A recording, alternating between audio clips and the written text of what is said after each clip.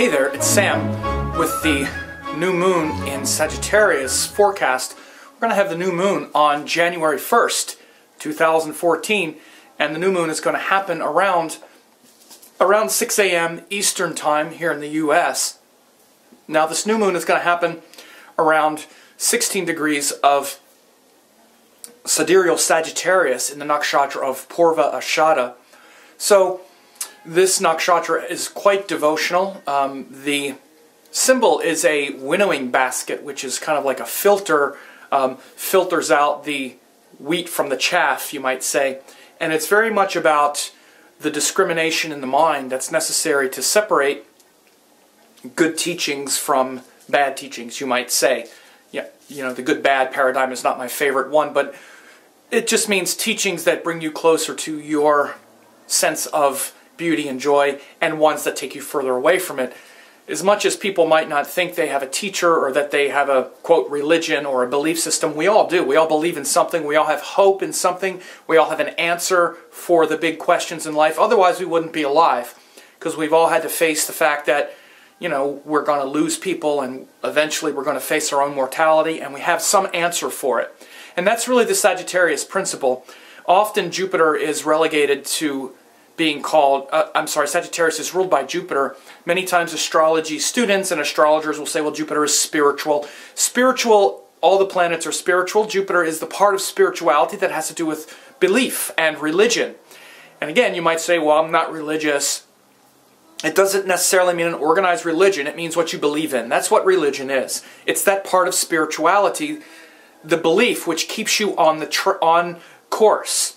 Once you have a belief, these beliefs really align a lot of other things in your life. If you don't have a good belief system, your life will show it, because you're just kind of going from one sort of desire or form of pleasure and happiness after the next. Eventually, that paradigm wears out, and you realize life isn't just about having fun. There's a higher meaning and purpose to it all. And that's the Sagittarius Jupiter principle. Once you connect with a higher belief system, or if your belief system is, he who gets the most toys wins, or your belief system is, well, I'm here to enjoy life and have fun. Again, that's a belief. You might not say that's a religion, but in some ways it is. Look, we live in a very mass consumerist culture. To many people, they're very indoctrinated in that belief. The belief that, you know, he who gets the most toys wins, or whatever you want to say. This is why Jupiter, the ruler of Sagittarius, rules God, or that higher belief, but also things like money and wealth and growth of all sorts. And again, you might say, what does money have to do with God? Well, they're really just different expressions of energy, of abstractions, of growth.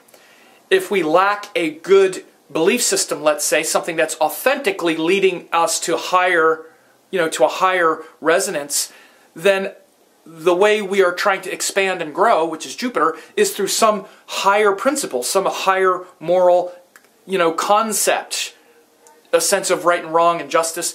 If we lack that, then we're going to be expanding into the material, into the physical, and again, that's going to be we'll be like indoctrinated into the religion of money, into the religion of commerce, and we'll try to grow our wealth. Eventually, we realize that they're not mutually exclusive, and the things that give us hope and beauty and meaning and purpose can also become a source of money and wealth, and that's when we really start to flow with our highest purpose, with our highest truth, our highest dharma. And so these are all big issues. Jupiter is that abstract principle of belief. Beliefs give us hope.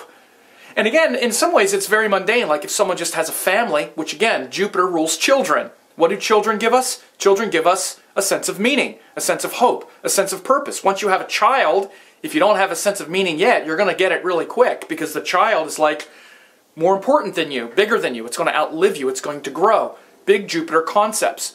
So sometimes, if people lack a sort of formal spiritual belief, the appearance of a child will give them that focus. And in many ways, initially the focus is about, I need to make more money, right? And that becomes their sort of focus. Eventually the children grow up, leave the house, and then what? Now what's my purpose? It was my child, now what is it? Well, we start to look for a higher meaning. and eventually, like around that time in life, our parents start to get older, maybe our parents die, then again, that Jupiter principle gets elevated. So Sagittarius and this new moon that we're going to have on January 1st has a lot to do with this evolutionary principle of teachings and hope and the abstract concept of belief and things bigger than just right now. Because day to day, we're just living our life. We're just getting up and eating food and going to work and talking to people and dealing with our worldly life. Jupiter is the energy that teaches us how to rise above just all the worldly concerns. So this is a great time for those things. We have the new moon in Jupiter now. I'm sorry, the new moon in Sagittarius now. And it will be joined Mercury, very close to Mercury. So again, this is the new moon in Sagittarius joined Mercury, which rules the opposite sign of Gemini. In addition, Jupiter is in Gemini, so Mercury and Jupiter are exchanging. They're in an exchange, which means they're in each other's signs. So there's a lot of mixing now of these concepts of higher principle and meaning and purpose, which is that abstract concept of growth, and the literal details of how that works and how to explain it and how to understand it intellectually through our mind, which is the Mercury principle. So in addition, Jupiter is retrograde, aspecting this new moon. So you'll see Jupiter will be very bright in the sky. Look for it around, around sunset. You'll see this Jupiter coming up very bright. It's exactly opposite the sun and moon and Mercury. And so again, it really confers this blessing because it's also aspecting and bringing this kind of opposition, this kind of harmonizing of energy between the Sagittarius principle and the Gemini principle. What I believe, what gives me hope based on what I believe, and how I can connect that with my intelligence and run that through the paradigm of my individual intelligence. Big stuff. So in addition to that, as I say, it's in a nakshatra of Purva Ashara, which has to do with discrimination and watering the seeds of truth with devotion. But first we need to winnow and separate the seed from the chaff, or the wheat from the chaff, the seed from the husk. Then we plant that, and then we water those seeds with the waters of devotion. So it means early victory, Purva Ashara, early victory. So our devotion and our attention is what creates the later victory, which is the next nakshatra of Uttarashara. But that early victory comes from the love and devotion and attention that we give, just like nurturing a baby or caring for a child. The early years, formative years, has the most to do with how they turn out in the end. So it's that kind of concept, but applied to what you believe in, and that evolving principle of belief. Now, what's really important also on this new moon is the aspects of Jupiter, which I mentioned, but also Saturn and Mars. All three of them are aspecting this new moon to a pretty tight degree. Mars especially is about 1750 of Virgo, and his fourth house aspect is influencing the new moon in Sagittarius, because the new moon in Sagittarius is around 17 degrees. So that aspect for Mars is going to bring a lot of restlessness and courage to really fight for the truth and what we really believe to be true, and maybe break a few eggs in order to express that. Again, Jupiter is opposite, so Jupiter is giving hope and pulling us toward that higher sense of meaning and purpose, but based on things that make sense. So we might be at that verge, or on the verge of maybe destroying some beliefs that are not working right now because of the Mars aspect, and in fact trying to connect to a belief system that makes sense to us, which is the Jupiter and Gemini principle.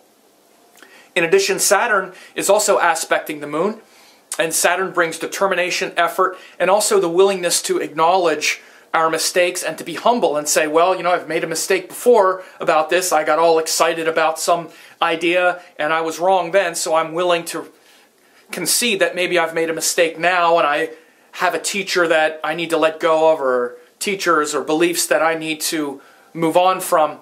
So it could be a very transformative time with your beliefs right now as you try to harmonize what you believe in, potentially blindly, because Sagittarius can also be a sort of blind belief and a sort of fanaticism, like, I just want to believe in something, because we all want to believe in something. So combined with the with the energy of Mars, which is willing to destroy things to make us stronger, and Saturn, which is facing the practical realities of life, we may be in a situation where we are really transforming our kind of, you know, unfounded belief system into something much more practical that makes much more sense to us. And don't be afraid to do that. So in addition to that, Venus is retrograde in Capricorn, so we're still experiencing this sort of change and transformation about our sort of relationship commitments, and that's relationships to all others, because Capricorn is the sign of commitment. Venus is retrograde in Capricorn. It's going to go back into Sagittarius as well.